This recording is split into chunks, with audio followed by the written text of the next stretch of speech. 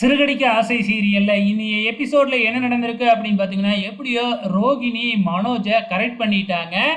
இங்க மனோஜ் இப்ப ரோகிணி கிட்ட நல்லாவே பேச ஆரம்பிக்கிறாப்புல. இப்ப 2 பேரும் சேர்ந்து வெளியிலலாம் வர ஆரம்பிச்சுட்டாங்க. அவங்க எங்க வராங்க அப்படின்னு பார்த்தீங்கன்னா, நம்ம ஸ்ருதியோட ஹோட்டலுக்கு தான் சாப்பிடுறதுக்காக வராங்க.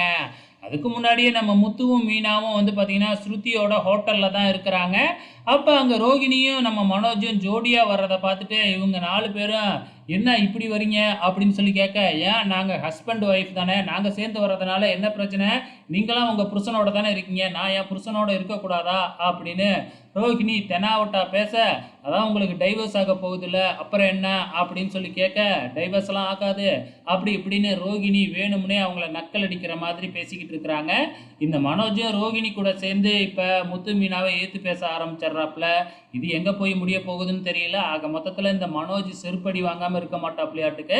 இதுக்கப்புறம் என்ன நடக்குது அப்படின்னு பார்த்தீங்கன்னா, இப்ப மீனா வந்து பார்த்தீங்கன்னா, சங்கத்து ஆளுங்களெல்லாம் கூட்டிக்கிட்டு போய் சிந்தாமணி கிட்ட இருந்த பத்திரத்தை எல்லாம் வாங்கி குடுத்துட்டாங்க இல்லையா? இதனால சிந்தாமணி இன்னும் அதிபயங்கர கோவத்துல இருக்கிறாங்க.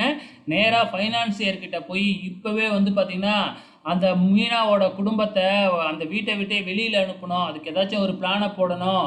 எனக்கு உடனடியா காசு தேவைப்படுது. அதனால ஒரே பேமெண்ட்டா பணத்த குடுங்க அப்படின்னு ஒரு நோட்டீஸ் அனுப்பு.